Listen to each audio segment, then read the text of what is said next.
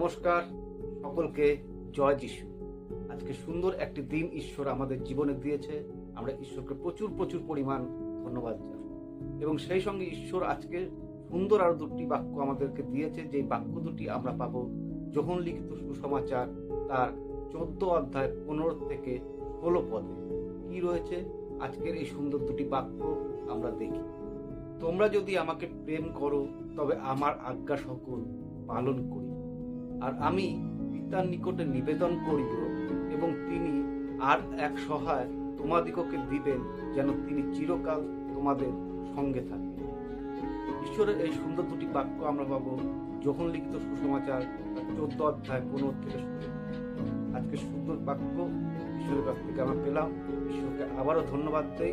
আপনারা সকলে খুব ভালো থাকুন, সুস্থ থাকুন। আবার দেখা হবে আপনাদের সাথে।